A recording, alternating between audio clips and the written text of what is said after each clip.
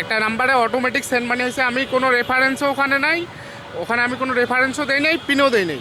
আমার এখান থেকে সেন্ড মানি হয়েছে 23,500 টাকা আর 10 টাকা চার্জ কাটছে, কিন্তু আমি কোনো পিন দেই নাই, কোনো কিছুও দেই নাই। আমার ফোন অটোমেটিক আপডেট হচ্ছিল, সিস্টেম আপডেট। মানে আমি তো কি বলবো, এখন আমি তো বিকাশ ইউজ করতেছি অনেক দিন ধরে। আমি সেফটির জন্য পকেটে টাকা রাখি না, ফোনে টাকা রাখি। যখন পেমেন্ট অপশন আছে পেমেন্ট করতেছি। আমার হচ্ছে বিকাশে আমি এজেন্সিতে টাকা দেবো, তা বিকাশ চেক করলাম, সিস্টেম আপডেট হচ্ছে ফোন।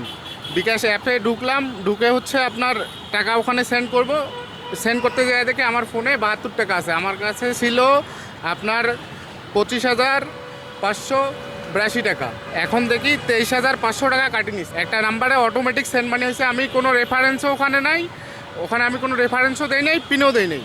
এখন আমি বিকাশ অফিসে জানালাম, এরা তো কিছু বলতেছে না, এরা বলতেছে 6 কার্য দিবসের মধ্যে আমরা জানাবো আপনাকে।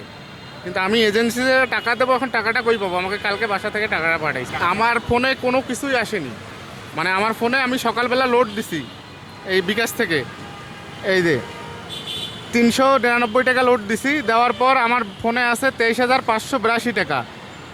আমার এখান থেকে সেন্ড মানি হয়েছে 23,500 টাকা আর 10 টাকা চার্জ কাটছে, কিন্তু আমি কোনো পিন দেই নাই, কোনো কিছুও দেই নাই। আমার ফোন অটোমেটিক আপডেট হচ্ছিল, সিস্টেম আপডেট।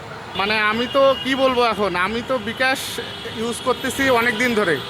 আমি সেফটির জন্য পকেটে টাকা রাখি না, ফোনে টাকা রাখি। যখন পেমেন্ট অপশন আছে পেমেন্ট করতেছি, মানে সেন্ড করতেছি, তারপরে আপনার হচ্ছে ক্যাশ আউট করতেছি, এই জন্য তো বিকাশ ইউজ করতেছি।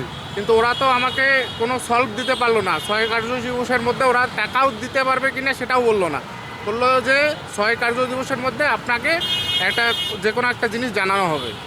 কিন্তু আমি তো ভুক্তভোগী, আমি কি করব এখন? এটা মনে হচ্ছে আমার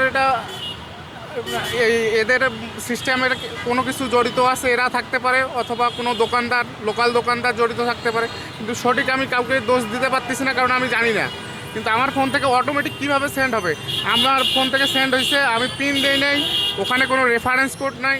যে নাম্বারে টাকাটা গেছে সেই নাম্বারটা হচ্ছে এই নাম্বারটা আমি কোথাও খুঁজে পাইলাম না। ট্রু কলার আইকনে চেক করলাম, অনেক সময় পাওয়া যায় যে কোনো নাম সেভ করা আছে নাকি। নাম্বারটা হচ্ছে 019087899429। আমি আবার কইতেছি 019087989429। এই নাম্বারে টাকাটা গেছে। আমি এখন চেক করতেছি কয় টাকা আছে, এই যে 72 টাকা ব্যালেন্স দেখাচ্ছে। আমার টোটাল টাকা কাটে নিচ্ছে 23,500 টাকা কাটছে, আর চার্জ কাটছে 10 টাকা।